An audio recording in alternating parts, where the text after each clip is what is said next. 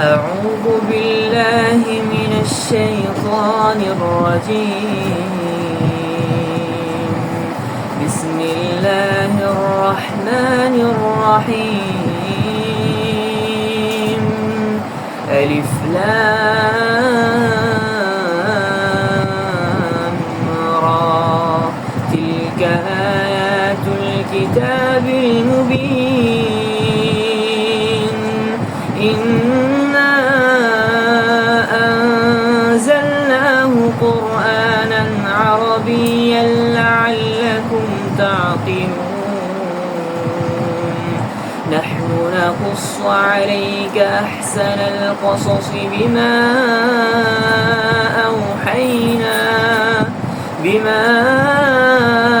أوحينا إليك هذا القرآن وإن كنت من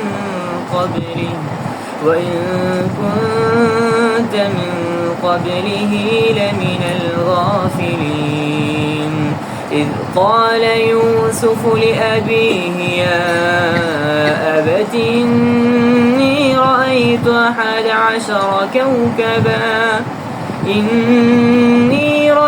11 كوكبا والشمس والقمر رأيتهم لي ساجدين.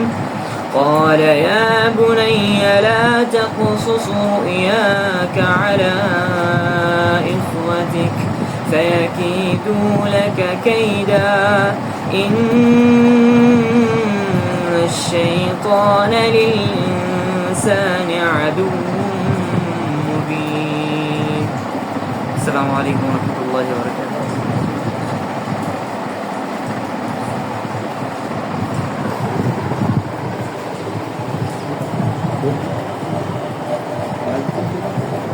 Live থেকে ইউটিউবে দেখছি, ইউটিউব বা ফেসবুকে দেখছি, রেকর্ড করছি।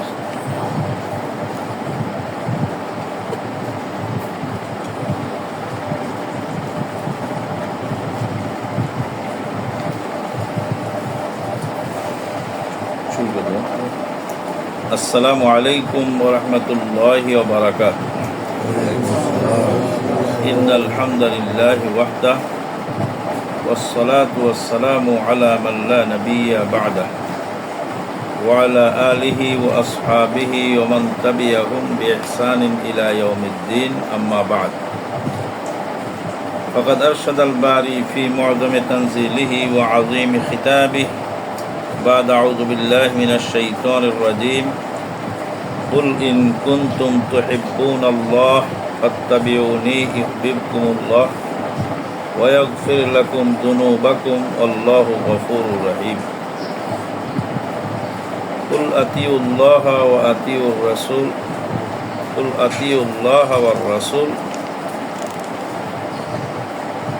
فإن تولوا فإن الله لا يحب الكافرين. সূরা আল ইমরান 31 এবং 32 নম্বর আয়াত আমরা তেলাওয়াত করেছি। আজকের এই সংক্ষিপ্ত আলোচনা সভায় আমরা এই আয়াতের সংক্ষিপ্ত ব্যাখ্যা করেই সমাপ্ত করব ইনশাআল্লাহ। সর্বপ্রথম আল্লাহ পাকের শুকরিয়া যে প্রতিকূল আবহাওয়ার ভিতর দিয়েও মাশাআল্লাহ আমরা একটি প্রাণবন্ত অনুষ্ঠানে অংশগ্রহণ করার সুযোগ পেয়েছি। যে আল্লাহ পাক আমাদেরকে তৌফিক দিলেন তারই বারগাহে শুকরিয়া আলহামদুলিল্লাহ। দরুদ ও সালাম বর্ষিত হোক সেই নবী মুহাম্মদুর রাসূলুল্লাহ সাল্লাল্লাহু আলাইহি ওয়াসাল্লামের প্রতি, যিনি ইসলামকে আমাদের কাছে আমানত রেখে গেছেন। সেই আমানতের হেফাজত করে জাতির সামনে পৌঁছিয়ে দেওয়ার গুরু দায়িত্বের এক অংশ হিসেবে আজকের আমাদের এই প্রোগ্রাম। রাসূলুল্লাহ সাল্লাল্লাহু আলাইহি ওয়াসাল্লাম বলেন, আমি রাত্রে ঘুমিয়েছিলাম, স্বপ্নযোগে আল্লাহ আমার কাঁধের উপরে হাত রাখলেন। ঘুমন্ত অবস্থায় স্বপ্নযোগে আল্লাহ পাক নবী সাল্লাল্লাহু আলাইহি ওয়াসাল্লামের কাঁধের উপরে হাত রাখলেন। তারপরে বলছেন ওয়াজাদতু বারদাহা ফি সাদরি, আল্লাহর হাতের শীতলতা আমি আমার অন্তরে অনুভব করতে লাগলাম। সাতবক আসমানের নিচে এবং সাতবক জমিনের উপরে ওই সময় কি হচ্ছিল সব আমি বুঝতে পারলাম। ঊর্ধ্বালোকে ফেরেশতারা যা বলছিলেন তাও আমি শুনতে পেলাম। তখন আমাকে জিজ্ঞেস করা হলো যে মাযা ইয়াকুলুনা ফিল মালাইল আ'লা, ঊর্ধ্বালোকের ফেরেশতারা কি বলছে।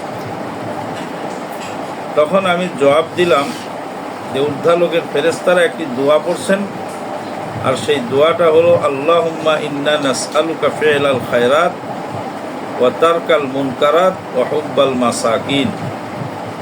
হে আল্লাহ, আমাদেরকে ভালো কাজ করার শক্তি দাও, খারাপ কাজ থেকে বেঁচে চলার সামর্থ্য দাও এবং মিসকিনদেরকে ভালোবাসার সুযোগ দাও। এই তিনটি দোয়া ফেরেশতারা করছে। ঊর্ধ্বালোক ভালো কাজের সুযোগ দাও, খারাপ কাজ থেকে বাঁচার তৌফিক দাও, আর মিসকিনদেরকে ভালোবাসার শক্তি দাও। ফেরেশতাদের দোয়া তো কবুল হয়, তাদের তো কোনো পাপ নেই, তারা হলো নিষ্পাপ। লা ইয়াসুনাল্লাহ মা আমারাহুম ওয়া ইয়াফআলুনা মা ইউমারুন। ফেরেশতারা দোয়া করতেছেন আল্লাহ আমাদেরকে ভালো কাজ করার তৌফিক দান করেন। ভালো কাজ করার তৌফিক আল্লাহ তাকে দান করেন আল্লাহ যাকে ভালোবাসেন। যাকে ভালোবাসেন না তাকে আল্লাহ ভালো কাজ করার সুযোগ দেন না।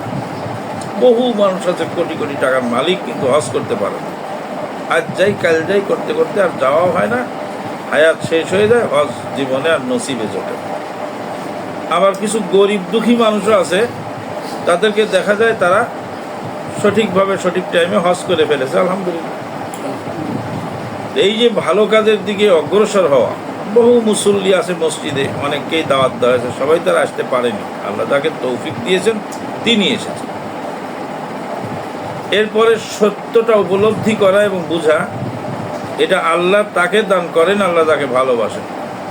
মাই ইউরিদিল্লাহু বিহি খায়রান ইউফাক্কিহু ফিদ্দীন, আল্লাহ তার কল্যাণ চান তাকেই দ্বীনের বুঝ দান করেন।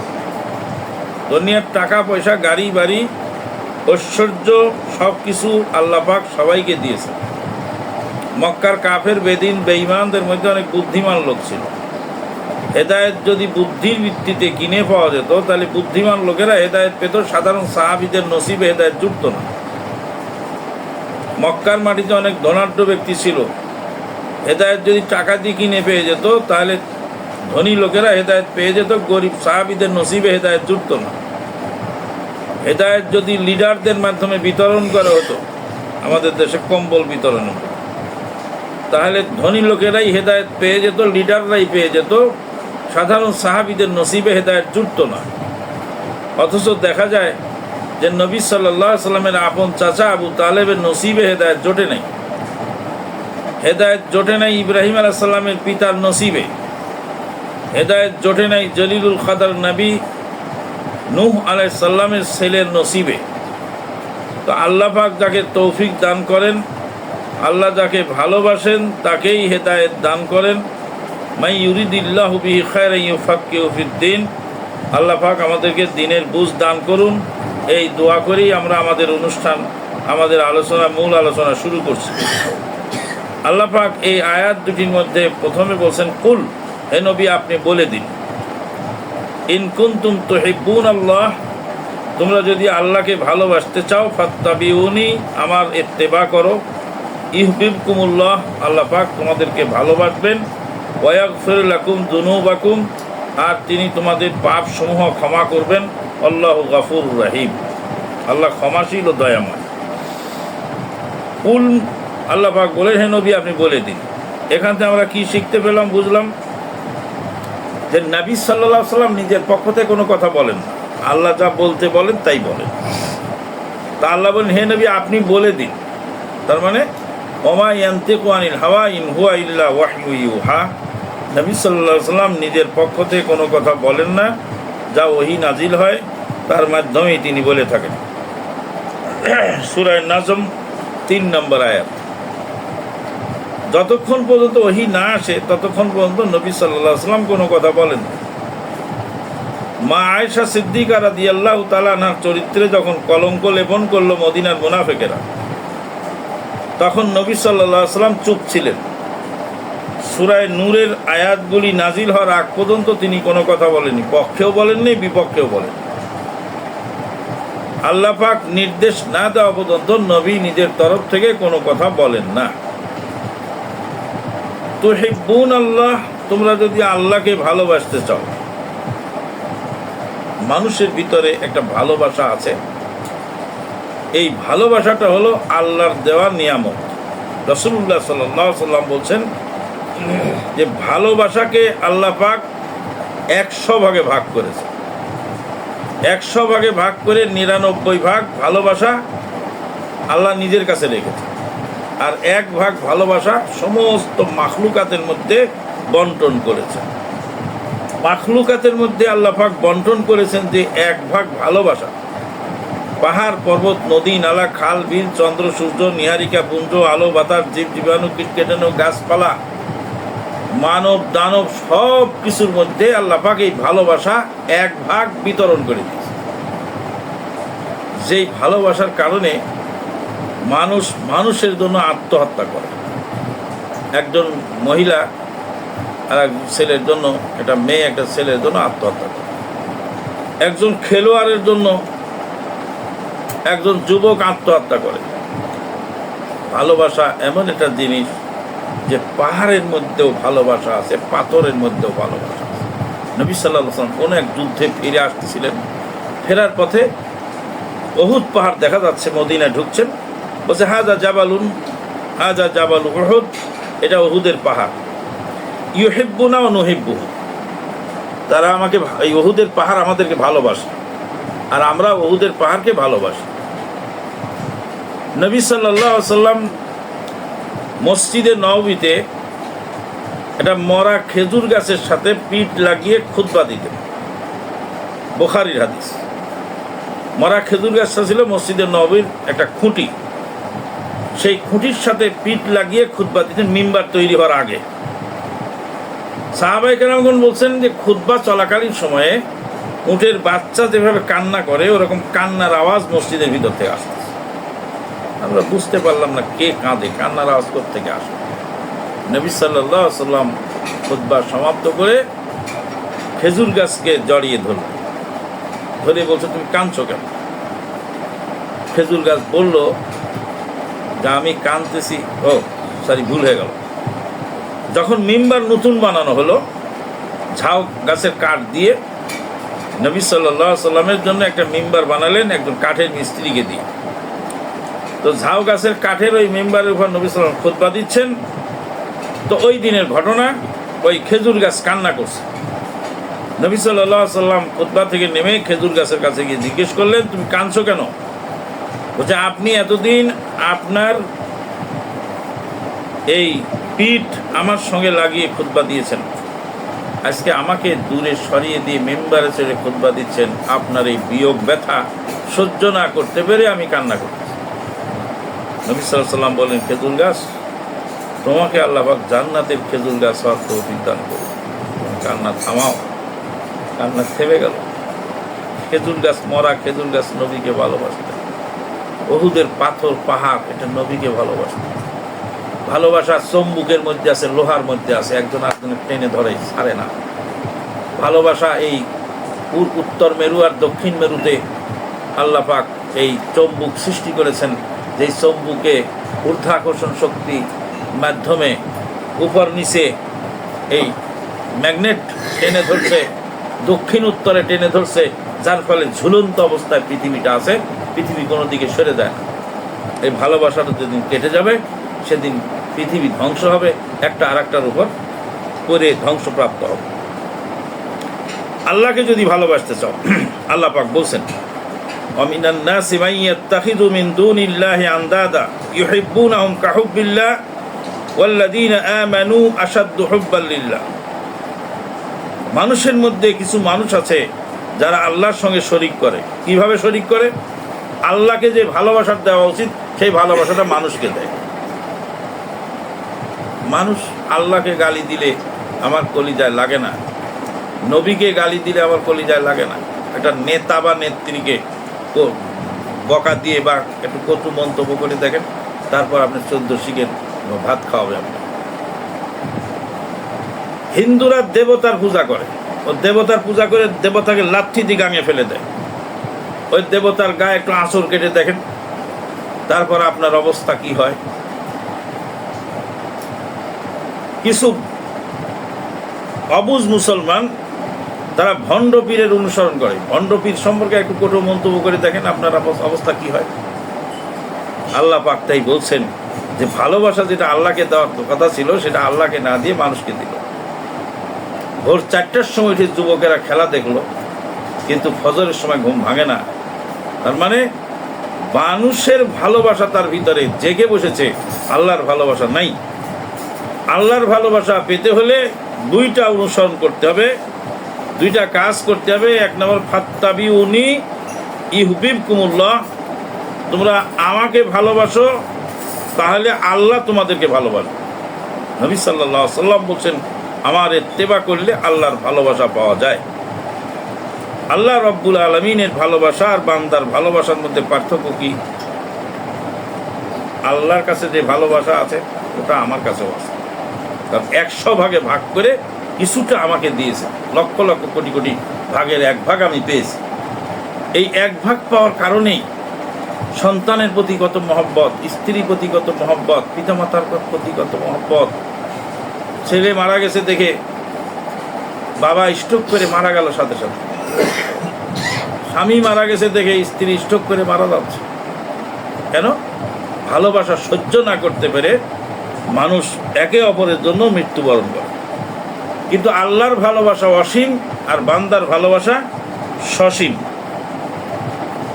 ভালোবাসার কারণে মানুষ দুর্বল হয়ে যায়। ছেলেকে মারার জন্য লাঠি তুলেছি, কিন্তু ছেলে এমনভাবে কাতর কণ্ঠে আমার কান্না করছে, এমনভাবে চেয়ে আছে, আমি আর তাকে মারতে পারলাম, থেমে গেল। কারণ তার চেহারা দেখে আমার মায়া হলো, মহব্বত হলো, আমি তাকে আর মারতে পারলাম। কিন্তু আল্লাহ রব্বুল আলামিন যদি কোনো বান্দাকে শাস্তি দিতে চান, তাহলে আল্লাহর ভালোবাসা আল্লাহকে দুর্বল করে না। আমাদের ভালোবাসা আমাদেরকে দুর্বল করে। এই দুর্বলতার কারণে আমরা অনেক নাফরমানি কাজ করি, ভালোবাসার কারণে। ছেলে মেয়ে চাচ্ছে এটা, এখন আমার ইচ্ছা নেই, তারপর আমি দিতে বাধ্য হলাম, কারণ তারা কান্না করতেছে। শরীয়ত এটা এলাও করে না, কিন্তু আমার ছেলে মেয়ে চাচ্ছে, আমার স্ত্রী পরিবার চাচ্ছে, না দিলে বাড়িতে অশান্তি সৃষ্টি হয়, তারপর আমি দিয়ে দিলাম। আল্লাহর ভালোবাসা আর বান্দার ভালোবাসার মধ্যে পার্থক্য হলো এই।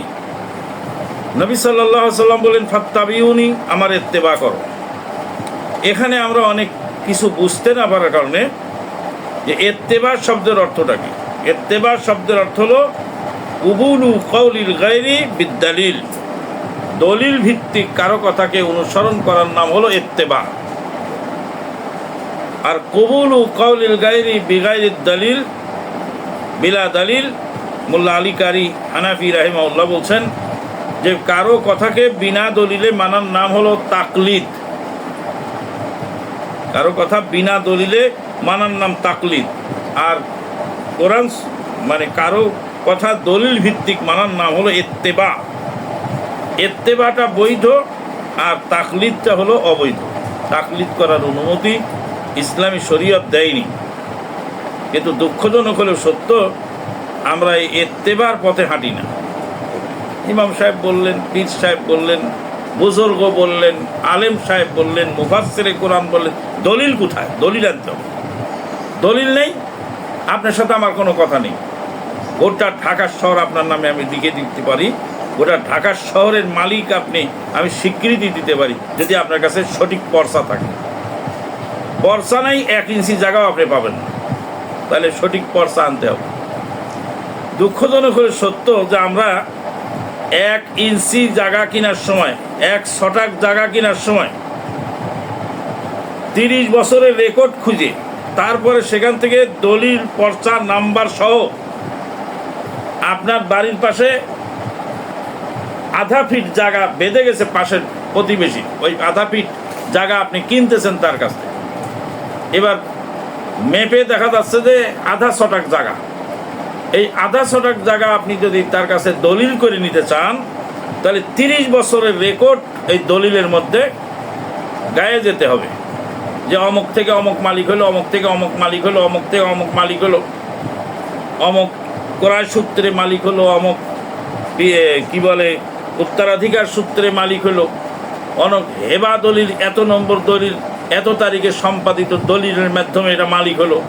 30 বছরের রেকর্ড গেয়ে তারপরে ওখানে দলিল কমপ্লিট করতে হয়। 100 টাকা 1/2 টাকা জায়গা কিনতে হলে আমার দলিল লাগে। দলিল ছাড়া কোনো জায়গা আমি কিনি না। চাই পীর সাহেবের জায়গা হোক, চাই আলেম সাহেবের জায়গা হোক, চাই মুফাসসিরে কোরআনের জায়গা হোক, চাই বিয়ের জায়গা হোক, চাই প্রধানমন্ত্রীর জায়গা হোক। প্রধানমন্ত্রীও যদি কোনো জায়গা বিক্রি করতে যায়, স্বরাষ্ট্রমন্ত্রী যদি কোনো জায়গা বিক্রি করতে যায়, তার জায়গাও দলিল ভিত্তিক রেজিস্ট্রারি হবে। প্রধানমন্ত্রীর চেহারা দেখে কোনো জায়গা আমি কিনবো না, কিনিও নেই। আল্লাহ যদি জিজ্ঞেস করেন, ও আমার বান্দা, দুনিয়ার 100 টাকা জায়গা কেনার সময় তুমি রেকর্ড খুঁজে, দলিল খুঁজে তারপরে তুমি যে জায়গা কিনছো, তার আগে কেন নাই? দলিল দুর্বল আছে সেটা তুমি কেন নাই? এই যে বিশাল জান্নাত তোমার জন্য আমি রেখেছি, সেই জান্নাত যে খরিদ করলে যে আমল দিয়ে, সে আমলের দলিল কোথায়? তোমার পর্সা নাম্বার কই? মূল ভলিউমের সাথে যখন যাওয়া যাবে, আমার চাচা শ্বশুর আমাকে জিজ্ঞেস করতেছিলেন যে আমি কি করে বুঝবো যে এটা সঠিক? বলে আপনি বোঝেন কি করে আমার পর্সা সঠিক? আদালতে 2 জন দাঁড়িয়েছে, 2 জন হাতে 2টা পর্সা, কোনটা সঠিক কোনটা বেঠিক আপনি কিভাবে বুঝবেন? ভূমি অফিসে আপনি যাবেন, ভূমি অফিসের মূল ভলিউমের সাথে মিলায়ে দেখবেন যে কার পর্সা ভূমি অফিসের ভলিউমের সাথে মিল আছে। ভূমি অফিসের নথিভুক্ত যার পর্সা মিল আছে তারটা ঠিক, আর ভূমি অফিসের সাথে যার পর্সা মেলে নাই, তার পর্সা যদি আর্ট পেপারেও ছাপায়, টাকা তৈরি হয় যেই কাগজে, সেই কাগজ দিয়ে যদি সে পর্সা ছাপায় আনে, সে পর্সার চাইলে না মূল্য নেই। আর ভূমি অফিসের রেকর্ডের সাথে যার মূল আছে, মিল আছে, বলবেন আমি সাধারণ মানুষ, আমি তো এত বুঝি না। আপনি জমি কেনেন তখন আপনি বোঝেন কি করে? সব বোঝেন। আপনি ডাক্তারের কাছে ওষুধ পানি খান তখন আপনি বোঝেন কি করে? আপনি ডাক্তারি বিদ্যা জানেন? আপনি স্বর্ণ কেনেন আপনি তখন বোঝেন কি করে? আপনি কি স্বর্ণ বোঝেন? আপনি কাপড় চোপড় কেনেন আপনি বোঝেন কি করে? 10 দোকান যাচাই করে, 10 দোকান বাছাই করে, 10 জন পরিচিত নিজস্ব বিশ্বস্ত লোক সাথে করে নিয়ে দিয়ে, তারপর 10টা দোকান দেখে ঘুরে যাচাই করে তারপর আপনি কেনেন। আপনি কাপড় চেনেন না বটে, কিন্তু কাপড়ের দোকানে গিয়ে কাপড়টা এরকম করে ভালো করে একটু নাড়াচাড়া করে দেখেন। দোকানদার বিশাল বড় পাগড়ি মাথায় দিয়ে বসে আছে, আর আপনি তার কাছে চোখ বন্ধ করে কিনে আনেন না। তো জান্নাতের আমল যে আমল দিয়ে করবেন সেটা কিভাবে হয়? নবী সাল্লাল্লাহু আলাইহি ওয়াসাল্লাম বলেন, ফাত্তাবিউনি, আমার অনুসরণ করো, ইউহিব্বুকুমুল্লাহ, আল্লাহ পাক তোমাদেরকে ক্ষমা করবেন, ওয়া ইয়াগফির লাকুম যুনুবাকুম, আল্লাহ তোমাদেরকে ভালোবাসবেন এবং ক্ষমা করবেন। সম্মানিত উপস্থিতি, বেশি লম্বা বক্তব্য করার সুযোগ আমাদের নাই। নবী সাল্লাল্লাহু আলাইহি ওয়াসাল্লামের ইত্তেবার মাধ্যমে বোঝা গেল যে কোরআন মানতে হবে এবং হাদিস মানতে হবে, দুইটা প্যারালাল, দুইটা জিনিস। এখন আমাদের দেশে এক শ্রেণীর লোক আছে যাদেরকে আহলে কোরআন বলা হয়, কিন্তু আসলে তারা আহলে কোরআন নয়। কোরআন তারা মানে না, কিন্তু নাম দিয়েছে তাদের আহলে কোরআন। তারা হলো মুনকেরিনে হাদিস, হাদিসকে অস্বীকারী। রাসূলুল্লাহ সাল্লাল্লাহু আলাইহি ওয়াসাল্লাম 1450 বছর পূর্বে বলে গেছেন, কিয়ামতের আগে এক শ্রেণীর লোক আসবে, তারা বলবে বাইনানা ওয়া বাইনাকুমুল কোরআন ফামা ওয়াজাদনা ফীহি মিন হালালিন ইস্তাহলালনাহু, আমাদের মাঝে আছে কোরআন, কোরআনের যেটা আমরা পাবো সেটা হালাল পাবো, সেটা আমরা হালাল হিসাবে গণ্য করব, আর কোরআনে যেটা হালাল হিসাবে পাবো না সেটা আমরা গ্রহণ করব না। তারা হলো হাদিসকে অস্বীকারী। এরা যদি কোরআনের এই একটি আয়াত মানত, আতিউল্লাহ ও আতিউর রাসূল, আতিউল্লাহ ওয়ার রাসূল, এই মর্মে প্রায় 25টি আয়াত কোরআনের ভিতরে। আমি সকালবেলায় দেখতে পেলাম যে প্রায় 25টি আয়াত আসছে যে আল্লাহর অনুসরণ করো আর নবী সাল্লাল্লাহু আলাইহি সাল্লামের অনুসরণ করো। কোরআন থাকতে আবার হাদিসের কি দরকার? নাউজুবিল্লাহ। একবার সাতক্ষীরাতে এক মুফতি সাহেবকে জিজ্ঞেস করেছিল, কোরআন থাকতে হাদিসের কি দরকার? তো বলেন, কোরআনে আল্লাহ বলছেন মুর্দা হারাম, হুররিমাত আলাইকুমুল মাইতাতু, মরা জন্তু বা মরা বস্তু হারাম, মরা গরু হারাম, মরা মুরগি হারাম, মরা কবুতর হারাম। মরা মাছ যে খান তার দলিল কোথায়? কোরআনে আল্লাহ বলছেন মুর্দা হারাম, তো মুর্দা হারাম তো মরা মাছও হারাম। মুর্দার মধ্যে মরা মাছও তো আছে, মরা মাছ খাওয়ার দলিল কোথায়? কোরআন থেকে বের করে। কোরআনে তো মরা মাছ খাওয়া যাবে এরকম মর্মে কোনো দলিল পেলাম না। কোথায় পেলাম?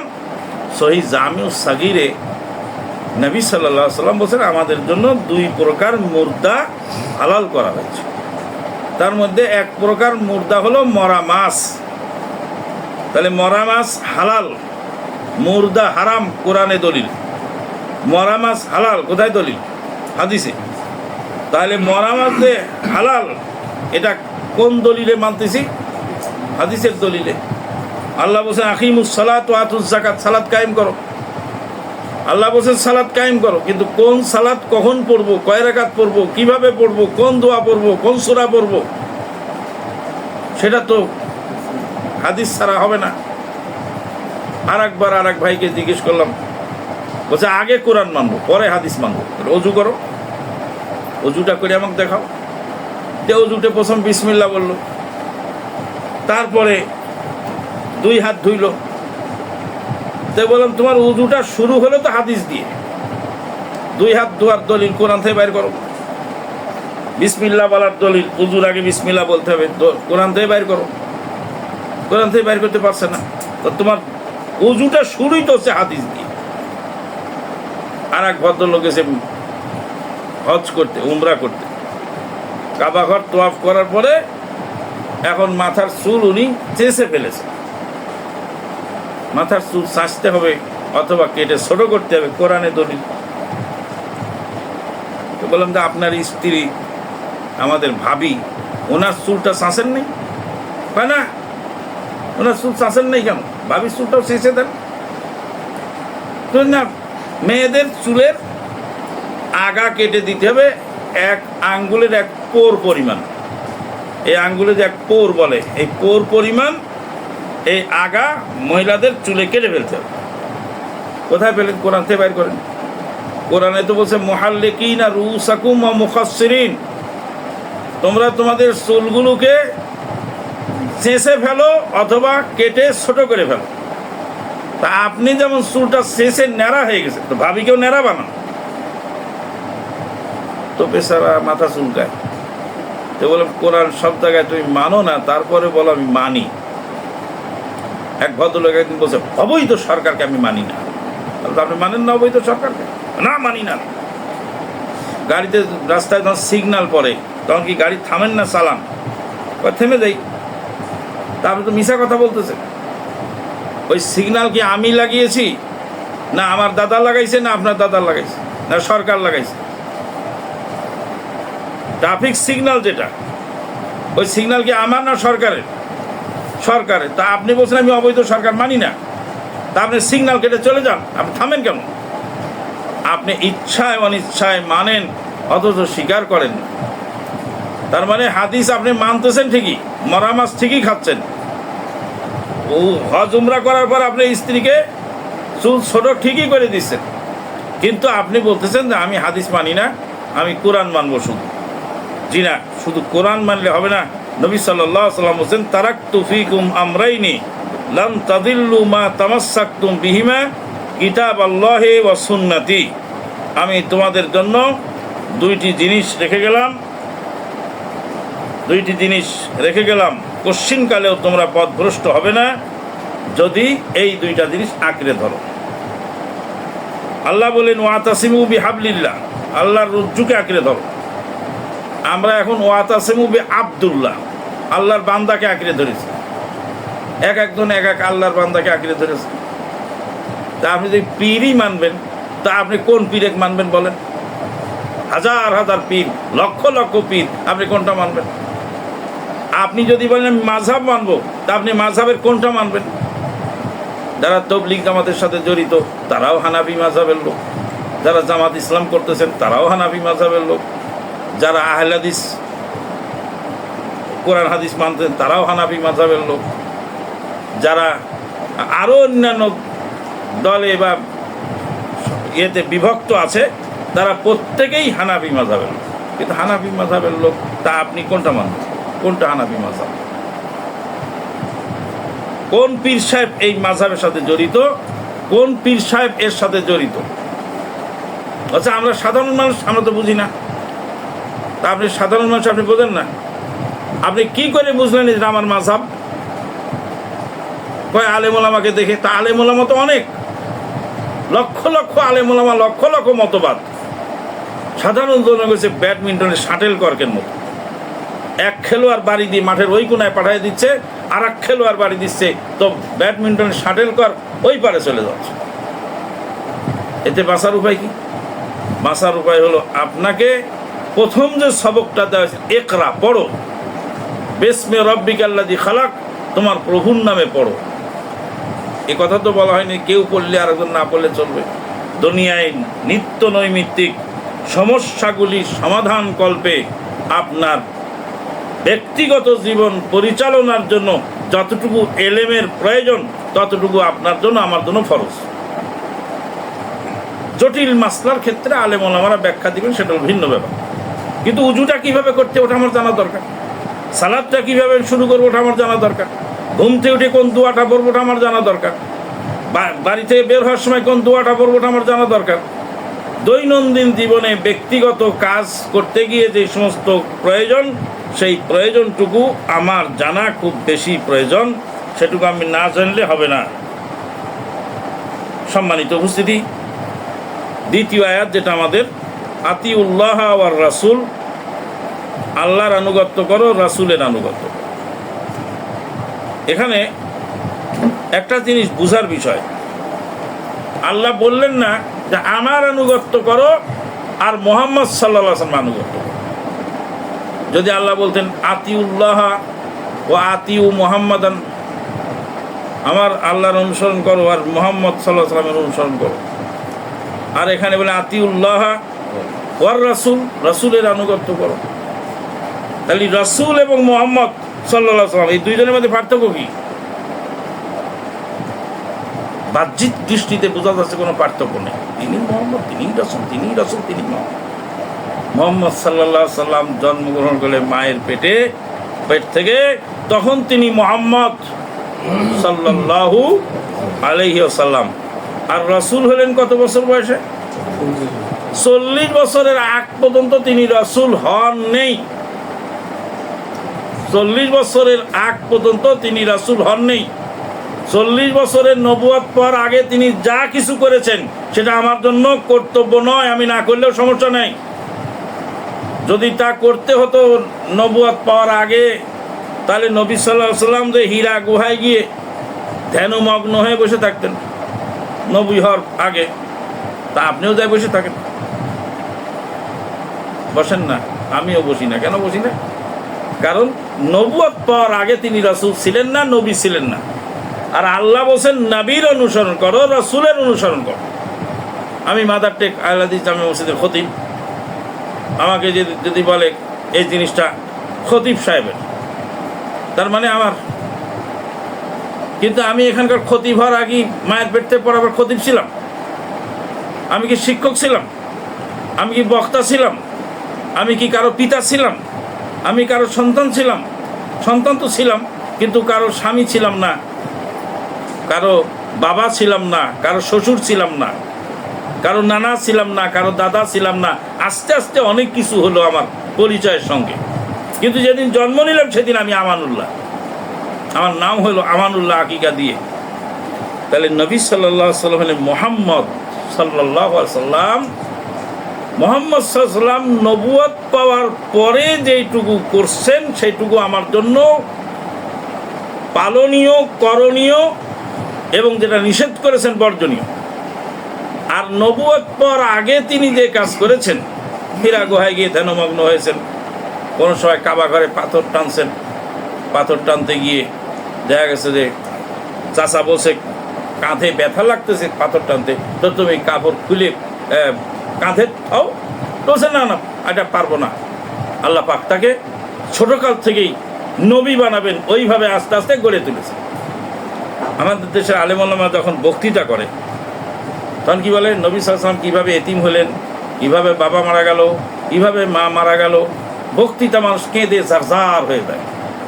তো নবী সাল্লাল্লাহু আলাইহি ওয়াসাল্লাম যেভাবে এতিম হলেন, আমি কি সেইভাবে এতিম হব না? এটা শুনে আমার কিছুটা সেমপিতি আসে, বা কিছুটা হয়তো আমি শুনলাম, নবীর জীবনীটা শিখলাম, কিন্তু আমার করণীয় কি সে জায়গায়? নবী সাল্লাল্লাহু আলাইহি ওয়াসাল্লাম বলছে, সাল্লু কামা রাআইতুমুনি উসাল্লি, আমাকে যেভাবে সালাত পড়তে দেখো সেভাবে পড়ো। খুজুয়ান্নি মানাসিকাকুম, আমাকে যেভাবে হজ করতে দেখো সেভাবে হজ করো। নবী সাল্লাল্লাহু আলাইহি ওয়াসাল্লাম বললেন, ঘুমানোর সময় এই দোয়া পড়ো, ঘুমতে ওঠার সময় এই দোয়া পড়ো। তাহলে নবুয়ত পাওয়ার পরে তিনি যা করেছেন সম্পূর্ণ আমার জানা প্রয়োজন এবং সেটা আমল করা প্রয়োজন। নবুয়ত পাওয়ার আগে তিনি ছাগল চড়িয়েছেন, হালিমার ঘরে গেছেন, দুধ পান করেছেন, সেখানে আমার শরীয়তের, সেখান থেকে আমার শরীয়তের কোনো মাসলা আসতেছে না। তাহলে যেটা মোস্ট ইম্পর্টেন্ট সেটা বাদ দিয়ে যেটার ইম্পর্টেন্সই কম সেটা নিয়ে আমরা কি করতেছি? আমরা ঘোরাফেরা করতেছি আর ওইটা নিয়ে আলোচনা করতেছি। যাই হোক, এখান থেকে আমরা এই জিনিসটা বুঝলাম যে মুহাম্মদ সাল্লাল্লাহু আলাইহি সাল্লাম এবং রাসূল সাল্লাল্লাহু আলাইহি সাল্লামের মধ্যে এতটা ডিফারেন্স। রাসূল আল্লাহ পাক অন্য জায়গায় বলছেন, ইয়া আইয়ুহাল্লাযীনা আমানু আতিউল্লাহ ওয়া আতিউর রাসূলা ওয়া লা তুবতিলু আমালাকুম, হে ঈমানদারগণ, তোমরা আল্লাহর আনুগত্য করো, রাসূলের আনুগত্য করো, তোমাদের আমল বাতিল করো। এই আয়াত থেকে বোঝা গেল যে রাসূল সাল্লাল্লাহু আলাইহি সাল্লামের আনুগত্য না করলে আমল বাতিল হয়ে যায়। ফাইন তাওয়াল্লাউ ফাইন্নাল্লাহা লা ইউহিব্বুল কাফিরিন, নবীর আনুগত্য বাদ দিয়ে মুখ ফিরায় নাও, আল্লাহ পাক কাফেরকে পছন্দ করেন না। আয়াতের এই অংশতে বোঝা গেল যে কেউ যদি নবী সাল্লাল্লাহু আলাইহি সাল্লামের আনুগত্য থেকে মুখ ফিরিয়ে নেয় তাহলে সেই ইসলামের মধ্যে আর থাকতে পারে না। নবী সাল্লাল্লাহু আলাইহি সাল্লামকে আখিরি নবী না মেনে যদি কেউ গোলাম আহমদ কাদিয়ানীকে নবী মানে, সে কাদিয়ানী ভ্রষ্ট কাফের, তাকে যে কাফের মনে করবে না সেও কাফের। নবী সাল্লাল্লাহু আলাইহি সাল্লামের আনুগত্য না করে কেউ যদি মূসা আলাইহিস সালামের আনুগত্য করে সে হলো ইহুদি। নবী সাল্লাল্লাহু আলাইহি সাল্লামের আগমনের পরে কেউ যদি ঈসা আলাইহিস সালামের আনুগত্য করে সে হলো নাসারা। নবী সাল্লাল্লাহু আলাইহি সাল্লামের আগমনের পরে অন্য নবীর আনুগত্যই জায়েজ নাই, তাহলে সাধারণ পীর বুজুর্গ অমুক তমুক তাদের আনুগত্য আমার জন্য কি করে হালাল হয়? কিয়ামতের আগে ঈসা আলাইহিস সালাতু ওয়াস সালাম আসবেন। ঈসা আলাইহিস সালাতু ওয়াস সালাম কোন মাযহাব মানবেন? মাযহাব তো এখন একটা চলছে। ঈসা আলাইহিস সালাম কিয়ামতের আগে আসবেন, তিনি তো নবী হিসাবে আসবেন না, কি হিসাবে আসবেন? নবী সাল্লাল্লাহু আলাইহি ওয়াসাল্লামের উম্মত হিসাবে আসবেন। তো ঈসা আলাইহিস সালাম তখন এসে কোন মাযহাব ধরবেন? ঈসা আলাইহিস সালাম কি মাযহাব মানবেন? নবী সাল্লাল্লাহু আলাইহি ওয়াসাল্লামের আনুগত্য করবেন। তাহলে কিয়ামতের আগ পর্যন্ত যদি নবীর আনুগত্য চলে, এখন এক শ্রেণী আলেম ওলামা বলবে, বাবারে এখন এই আধুনিক জামানায় নবীর হাদিস দিয়ে তো সব কাজ চলে না, কাজেই আলেম ওলামাদেরকে আনুগত্য করতে হবে, না হলে তো হবে না। আলেম ওলামাদের আনুগত্য ততক্ষণ পর্যন্ত হবে যতক্ষণ পর্যন্ত কোরআন এবং হাদিসের সাথে মিল পড়ে। এরপরে আল্লাহ পাক বলছেন, ইয়া আইয়ুহাল্লাযীনা আমানু আতিউল্লাহ, এই ইমানদারগণ তোমরা আল্লাহর আনুগত্য করো, ওয়া আতিউর রাসূলা, রাসূলের আনুগত্য করো, ওয়া উলিল আমরি মিনকুম, আর তোমাদের নেতৃস্থানীয় ব্যক্তিদের আনুগত্য করো। আল্লাহর আনুগত্য, রাসূলের আনুগত্য আর নেতৃস্থানীয় ব্যক্তিদের আনুগত্য। নেতৃস্থানীয় ব্যক্তিদের মধ্যে কে? আমার বাবা, আমার মা, আমার টিচার, আমার রাষ্ট্রপতি, আমার আলেম ওলামা, তাদেরকেও আনুগত্য করতে হবে। কতটুকু? ফাইন তানাযাআতুম ফি শাইইন ফারুদ্দুহু ইলাল্লাহি ওয়ার রাসূল, যদি কোনো বিষয়ে দ্বন্দ্ব হয় তখন আল্লাহ এবং তার রাসূলের দিকে ফিরে দাও। আমার বাবার হুকুম মানাটা কি আমার জন্য জরুরি নয়? আমার মায়ের হুকুম মানা কি আমার জন্য জরুরি নয়?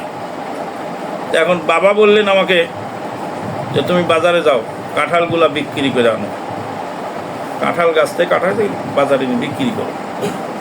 আর মা বলল যে না, কাঁঠাল পরে বেচো, তুমি আগে নানির বাড়ি যাও, নানির বাড়ি দুটা কাঁঠাল দিয়ে আসো, তারপরে কাঁঠাল কালকে বিক্রি করো। বাবাও আমার হুকুম দেওয়ার অধিকার রাখে, আমার মাও হুকুম দেওয়ার অধিকার রাখে। তাহলে আমি কাটটা মানবো? উলিল আমর তো দুইজন দুই রকম বলো, কাটটা মানবো? বাপও উলিল আমর, মাও উলিল আমর, তিনিও আমার নেতা, উনিও আমার নেতা, কাটটা মানবো আগে? হাদিসের কাছে ফিরে যাও। রাসূলুল্লাহ সাল্লাল্লাহু আলাইহি সাল্লামকে একজন সাহাবী জিজ্ঞেস করলেন, মান হাক্কু বিহুসনি সোহবাতি ইয়া রাসূলুল্লাহ, হে আল্লাহর নবী, আমার সবচেয়ে ভালো ব্যবহার পাওয়ার প্রথম ব্যক্তিকে? মানে উম্মুকা, তোমার মা। তারপরে কে? তোমার মা। তারপরে কে? তোমার মা। তারপরে কে? তারপরে তোমার বাবা। ডাক্তার জাকির নায়েক স্যার এই আয়াতের ব্যাখ্যা করতে গিয়ে বলছিলেন, প্রথম পুরস্কার মাকে দিলেন, দ্বিতীয় পুরস্কার নবী মাকেই দিলেন, তৃতীয় পুরস্কার নবী মাকেই দিলেন। প্রাইজ তিনবারে চলে গেল মায়ের কাছে। আর বাবার জন্য কি থাকলো? সান্ত্বনা পুরস্কার। ডাক্তার জাকির নায়েক স্যার বলছে, বাবার থাকলো সান্ত্বনা পুরস্কার, আর 3 প্রাইজ চলে গেল মায়ের। তো নবী যদি বলে থাকেন মায়ের হুকুম আগে মানো, তো নানার বাড়িতে কাঁঠাল আগে দিয়ে তারপরে বাজারে যেতে হবে। এবার পীর সাহেব যদি বলেন ডানে চলো, আর নবী যদি বলেন বামে চলো। পীর সাহেব যদি বলে সামনে চলো, নবী যদি বলেন সামনে চলো, পীর সাহেব যদি বলেন ডানে যাও, আমার আলেম সাহেব যদি বলেন এটা করো, তাহলে তখন আমি কি করব? অবশ্যই আল্লাহ এবং তার রাসূলকেই প্রাধান্য দিতে হবে। ইন কুনতুম তুমিনুনা বিল্লাহ, যদি তোমরা ঈমানদার হও, ওয়াল ইয়াউমিল আখির, পরকালকে বিশ্বাস করো, যালিকা খায়রু ওয়া আহসানু তাওয়িলা, এটাই হলো উত্তম আর এটাই হলো সবচেয়ে নিরাপদ। সম্মানিত উপস্থিতি, আমি প্রায় শেষ করে দিয়েছি। নবী সাল্লাল্লাহু আলাইহি সাল্লামের ভালোবাসা আর নবী সাল্লাল্লাহু আলাইহি সাল্লামের আনুগত্য। নবীকে ভালোবাসলেই যদি জান্নাত পাওয়া যেত, নাজাত পাওয়া যেত, তাহলে আবু তালেব জান্নাত পেত, নাজাত পেত। কারণ নবীকে ভালো তো বেসেছেন, নবীকে আগলে রেখেছেন, কিন্তু আবু তালেব নবীকে আনুগত্য করেনি। নবীকে ভালোবাসা দিয়ে পরকালে নাজাত পাওয়া যাবে না, নবীকে ভালোবাসার পাশাপাশি নবীর আনুগত্য করতে হবে। আজকের আলোচনার শেষ কথা যেটা, সেটা হলো এই নবী সাল্লাল্লাহু আলাইহি সাল্লামের স্ত্রী উম্মে হাবিবা রাদিয়াল্লাহু তাআলা আনহা। এই মা উম্মে হাবিবা রাদিয়াল্লাহু তাআলা আনহা, তিনি হলেন আবু সুফিয়ান রাদিয়াল্লাহু তাআলা আনহুর মেয়ে, আর মুয়াবিয়া রাদিয়াল্লাহু তাআলা আনহুর বোন। মুয়াবিয়া রাদিয়াল্লাহু তাআলা, যাকে নিয়ে সমাজে এত বাজে কথা মানুষ বলে, সেই মুয়াবিয়া দলিলুল কদর সাহাবী, কাতেবে ওহীর লেখক, তারই বোন হলো মা উম্মে হাবিবা। এই জন্য মদিনা ইউনিভার্সিটির প্রবীণ প্রফেসর, রিটায়ার্ড প্রফেসর শায়েখ আব্দুল মোহসেন আল আব্বাদ হাফেজাহুল্লাহ, তিনি বলছেন যে মুয়াবিয়া রাদিয়াল্লাহু তাআলা মুমিনদের খালু। খালু মানে মামু, আরবিতে খালু বলা হয় মামুকে। খালুল মুমিনিন, মুমিনদের খালু, মামু। কেন? মুয়াবিয়া রাদিয়াল্লাহু তাআলা আনহুর বোন উম্মে হাবিবা রাদিয়াল্লাহু তাআলা আনহা যদি আমাদের মা হয়ে থাকে, তো মায়ের বোন মামু, মায়ের ভাই মামু। আবু সুফিয়ান রাদিয়াল্লাহু তাআলা গেলেন নবী সাল্লাল্লাহু আলাইহি সাল্লামের বাড়িতে, উম্মে হাবিবা রাদিয়াল্লাহু তাআলা আনহার ঘরে। মা উম্মে হাবিবা আবু সুফিয়ানের মেয়ে। আবু সুফিয়ান রাদিয়াল্লাহু তাআলা তখন ইসলাম গ্রহণ করেননি। তো বলেন, আব্বু একটু উঠে দাঁড়ান তো। কি হবে? চাদরটা একটু বদলাতে হবে। তখন আবু সুফিয়ান রাদিয়াল্লাহু তাআলা মক্কার লিডার মানুষ, ধনী লোক, প্রতাপশালী মানুষ। তা আমার মেয়ে মনে হয় আমাকে একটু ভালো চাদর বিছাই দিবে, এটা উঠাই দিবে। চাদরটা তুলে আঁচ করে রেখে দিলেন, বলে এখন বসো। তখন বলছে যে আশ্চর্য হয়ে বলছে, মা তুমি এরকম কাজ করলে? চাদরটা তুলে ভাঁজ করে রেখে দিয়ে বলে এখন বসেন। আমি ভাবছিলাম যে একটা ভালো চাদর, ফ্রেশ চাদর, এর চেয়ে আরো উন্নত মানের কিছু তুমি বিছাই দিও, করলেটা কি তুমি? বলছে যেই চাদরে নবী শয়ন করেন, যেই চাদরে নবী ঘুমান, তোমার মতো কাফের নাপাককে আমি এখানে শুতে দিতে, বসতে দিতে পারি না। তুমি আমার বাপ হতে পারো, কিন্তু তুমি কাফের। কাফের নাপাককে আমি ইন্নামাল মুশরিকুনা নাজাস, মুশরিক হল নাপাক, তা আমি তোমার মতো কাফেরকে আমি চাদরে বসতে দিতে পারি না। এই চাদরের নবী ঘুমায়, চাদরের নবী বসে না। চাদর ওই জন্য উঠায় রাখছি, এখন তুমি বসো। আবু সুফিয়ান রাদিয়াল্লাহু তাআলা আনহু মনের ব্যথা নিয়ে মেয়ের বাড়িতে ফিরে আসলেন যে আমার মেয়ে হয়ে আমার সাথে আচরণ করবে। এটাই হলো ইসলাম আর কুফুরের মধ্যে পার্থক্য। এটার নাম হলো নবীকে ভালোবাসা। আপন জন্মদাতা যার ওরস থেকে জন্ম নিয়েছে তাকে চাদর থেকে উঠাই দিয়ে চাদর খুলে রেখে বললেন এইটাই নবীর চাদর, এখানে আমি তোমাকে বসতে দিতে পারি না। আল্লাহু আকবার, সুবহানাল্লাহি ওয়া বিহামদিহি। আর আমাদের ভালোবাসাটা কোথায়? আজানের সময় সাধারণ নাম মুহাম্মদ রাসূলুল্লাহ, এটা ভালোবাসা। হালুয়া রুটি খাওয়া, এটা ভালোবাসা। এটা করা, এটা ভালোবাসা। এটা করা, এটা ভালোবাসা। কিন্তু নবীর ভালোবাসা যদি হয় পূর্ণাঙ্গ ভালোবাসা, তার আনুগত্য। আল্লাহ পাক আমাদেরকে তৌফিক দান করুন, আল্লাহুম্মা আমিন। আজকের এই বৈঠককে পরকালে নাজাতের ওসিলা বানিয়ে দিন, আল্লাহুম্মা আমিন। সুবহানাকা আল্লাহুম্মা বিহামদিক, আশহাদু আল্লা ইলাহা ইল্লা আনতা আস্তাগফিরুকা ওয়া আতুবু ইলাইক। আসসালামু আলাইকুম ওয়া রাহমাতুল্লাহি ওয়া বারাকাতুহু। আমি 2 মিনিট সময় পরে 2 মিনিটের ভিতরে আমি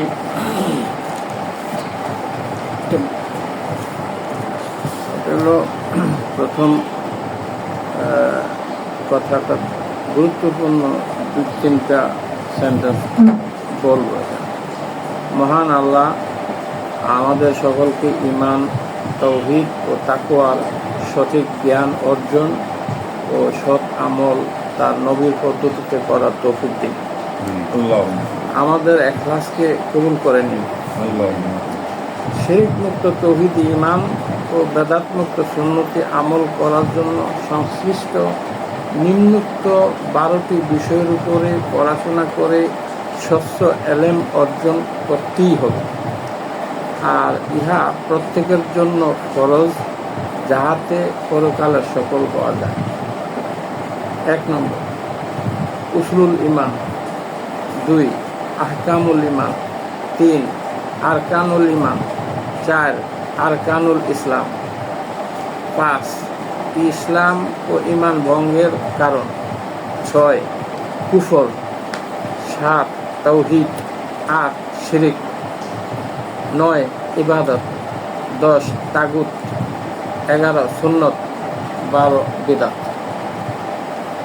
এই 12টা বিষয়ে প্রত্যেকেরই আমাদের জ্ঞান অর্জন করা খরচ।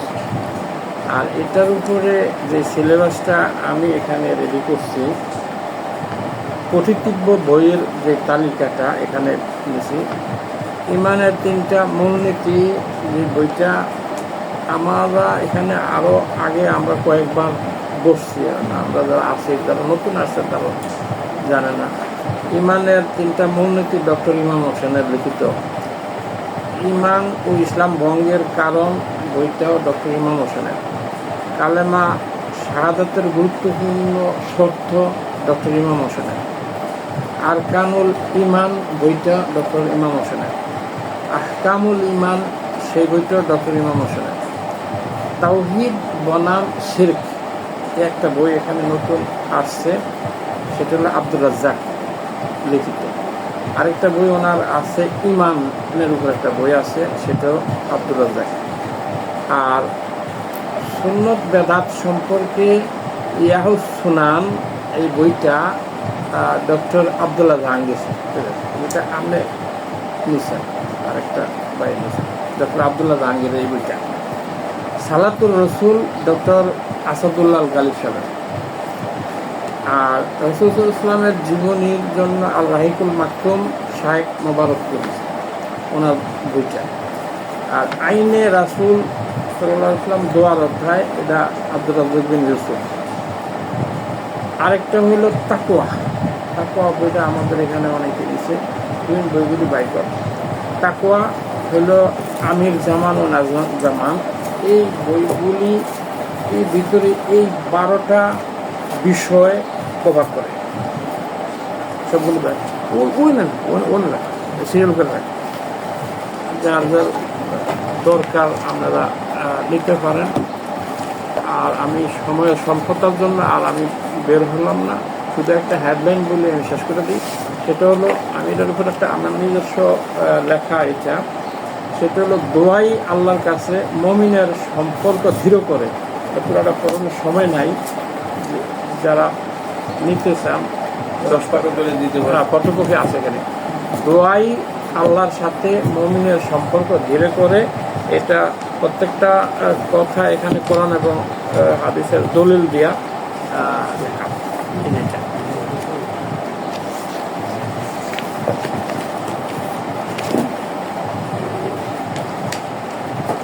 জাযাকাল্লাহ খায়ের। অনেক হোমওয়ার্ক করছো। আচ্ছা, বন্ধ করতে অনেক হোমওয়ার্ক করছো।